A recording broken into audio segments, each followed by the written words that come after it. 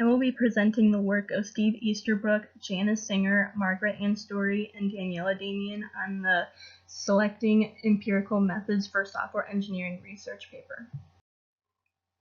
Easterbrook is a professor of computer science at the University of Toronto and has an H-index of 49.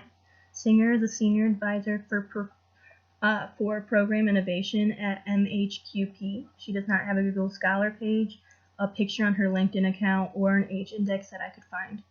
So Story is a professor of computer science at the University of Victoria and has an H-index of 60. Damien is also a professor of computer science at the University of Victoria and has an H-index of 43. This was in the Guide to Advanced Empirical Software Engineering in 2008, and it has nearly 1,100 paper citations. The research questions I found in this paper we're trying to address are the questions what questions you should be asking when conducting a study, and what are the research methods that are most relevant to software engineering. Off of that, you could also ask about the advantages and disadvantages of the methods and when they are used. The motivation for this paper is there is currently very little guidance for which research questions are suitable for which research problems. And there's also a need for understanding how engineers develop software and how teams coordinate their efforts. Researchers will struggle in asking valuable questions at the start of their research. The questions will be vague because it's easy to make assumptions about what is being studied instead of breaking it down. So to start, you have to look at exploratory questions. The first is the existence questions. This is asked to analyze the technique or tool even exists in the first place. Another exploratory question is the description and classification question. This is where you will question if your research will be measured and what properties it has and how it's categorized. Finally, descriptive comparative questions are asked to find similarities and differences between two or more phenomena. Once we have a clear understanding of the phenomena, you can then ask base race questions.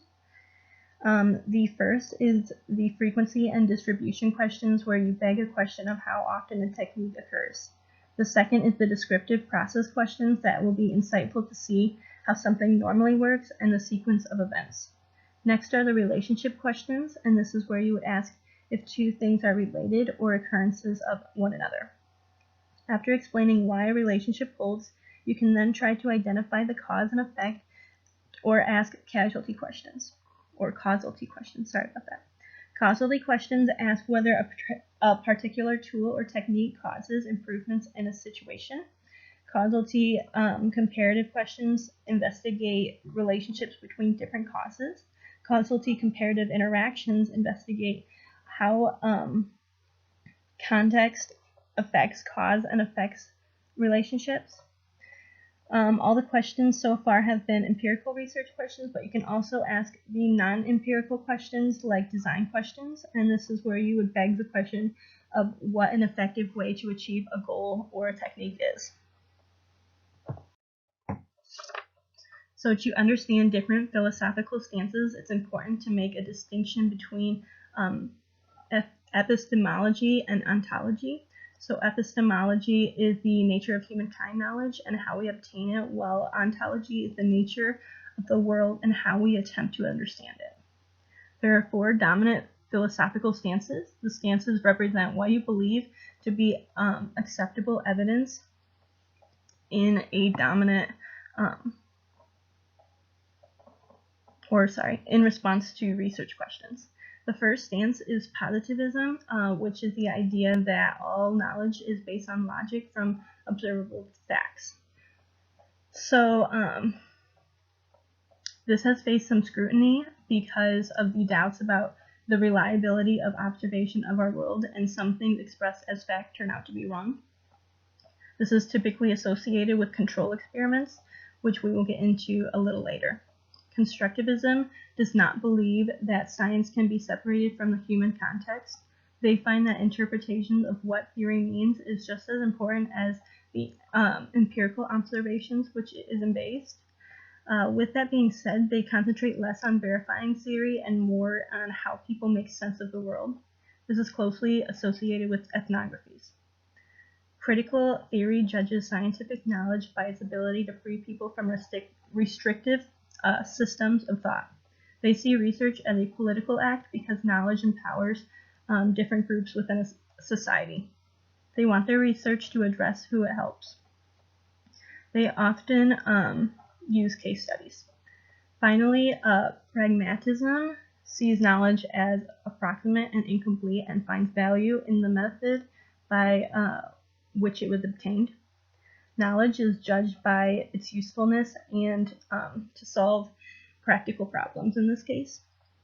So they will emphasize the importance of a consensus, and their stance typically uses mixed method research. Choice of methods depends on theoretical stance of researchers, their access to resources, and how closely the methods aligns to the questions at hand are also aspects. Research design is when you select a method for a research problem and take advantage of its strengths while mitigating its weaknesses. Control experiments are investigating a testable hypothesis to measure the effect on dependent variables. This allows a determination of how variables are related and if cause-effect relationships exist between them. One issue with control experiments are that you choose in advance which variables to ignore. Since the method is incredibly theory-driven, they may turn out to be important in the end.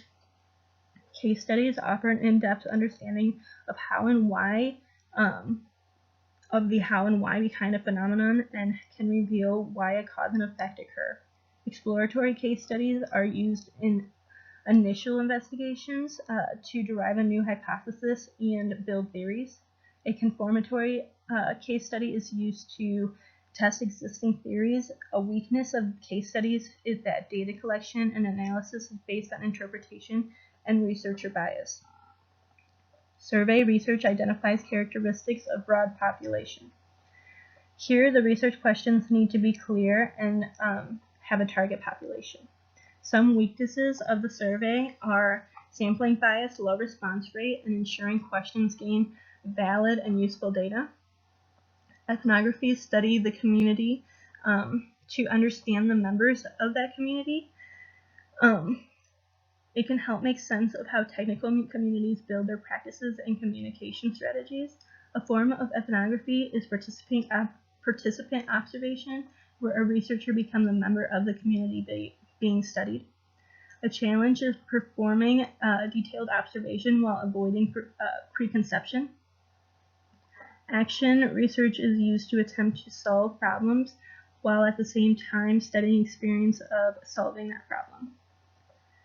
The biggest challenge for this is sometimes that change is inseparable from the organizational politics. So finally, mixed method research uses quantitative and qualitative data collection and analysis techniques. In this method, the challenge is the extensive data collection, the time intensity, and the requirement to be familiar with multiple forms of research. There are three familiar strategies of mixed method. The sequential explanatory strategy, where the use of qualitative results helps explain the findings and quantitative studies. And then sequential explanatory studies, which use quantitative data to assist in interpreting qualitative findings. And there is a concurrent triangulation strategy, which attempts to cross-validate findings. Positivists have 4 criteria to determine if an empirical study is valid. Constructive validity identifies if theoretical constructs are interpreted and measured correctly. Internal validity focuses on if a result really do come from the data. External validity examines if the samplings used are justified and reliable. And reliability focuses on if a researcher can replicate that study. Constructivists have 8 strategies for performing validity. Triangulation is used for different sources to confirm the results. Member checking ensures interpretations of data.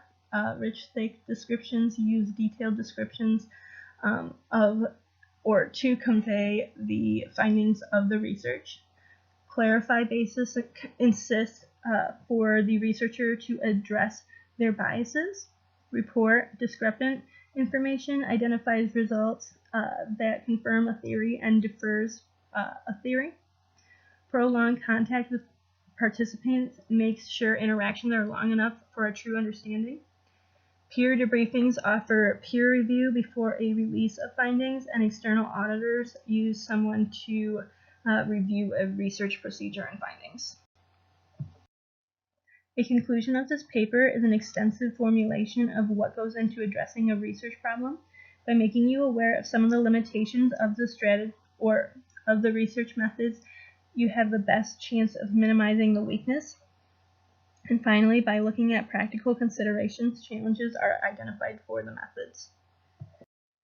I think some future work that could take this paper a step further is to analyze alternative definitions that were highlighted in this paper to see if the idea still holds. You could look at studies to see how they are conducted in their research and how their outcomes could have been different if they conducted it in a different way. Also, specialization training is necessary to perform different research methods, so you could go through that as well. I thought this paper might have been a little too extensive for our class level and understanding of the concepts in the paper. However, I did like that there was an example that followed the paper along to aid in additional understanding. Here's my reference.